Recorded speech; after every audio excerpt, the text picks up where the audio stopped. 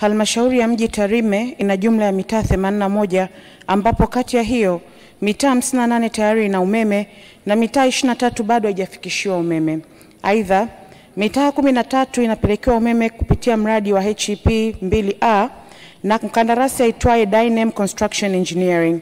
Mitaa 10 iliyobaki itapatiwa umeme katika miradi inayofuata kulingana na upatikanaji wa fedha. Asante. Pamoja na kuwa wilaya ya Arusha mjini kuwa mji wa kitalii, lakini bado kuna changamoto kubwa ya umeme hasa kwenye maeneo ya pembezoni, hususan kwenye kata ya Terat, mitaa ya Olopolos, Maskiria na Engavlen. Je, ni lini serikali sasa itaondoa changamoto hii?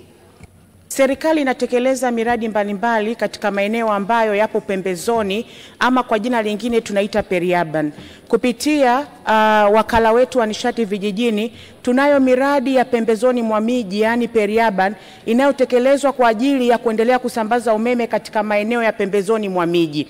Kwa hiyo na kwa jiji hili la Arusha katika kata ambayo sema ya Terat, tutaenda kuangalia kama maeneo haya hayapo katika mpango ambao tunao wa kupeleka umeme kwenye maeneo ya pembezoni mwa mji, basi tutaendelea kuyafikishia umeme kupitia miradi mbalimbali ya TANESCO ambayo inatekelezwa katika maeneo ya miji katika kuhakikisha tunaendelea kuimarisha miradi ya usambazaji kwa ajili ya kuimarisha hali ya upatikanaji wa umeme.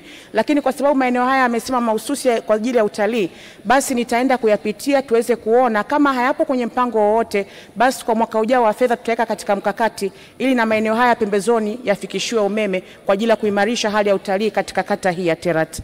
Vitongoji vingi katika wilaya ya Karatu havina umeme, lakini vichache vilivyoingia kwenye mradi wa kupelekewa umeme zimepelekewa nguzo 40 peke yake ambayo bado haitoshelezi na kuna maeneo mengi haitapata umeme.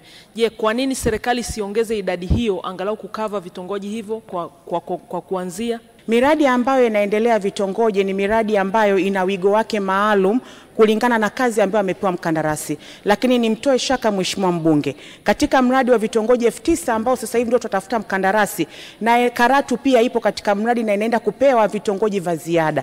Kwa hiyo nimhakikishie Mheshimiwa mbunge miradi ya kupeleka umeme kwenye vitongoji ni miradi endelevu. Vile 15 ilikuwa kwa ajili ya kila jimbo na ilikuwa ni kwa ajili ya wigo maalum. Lakini tunaendeleza miradi hii kwa ule mradi mkubwa kupeleka umeme kwenye vitongoji 20,000 na awamu ya kwanza niishasema tumeshaanza sasa hivi kwa kutafuta wakandarasi kwa vitongoji 9,000 na wilaya nyingi pia ziko covered katika miradi hiyo. Kwa hiyo mhakikishie Mheshimiwa mbunge tutaendelea kupeleka umeme katika vitongoji hivyo kwa miradi hii ambayo inaendelea.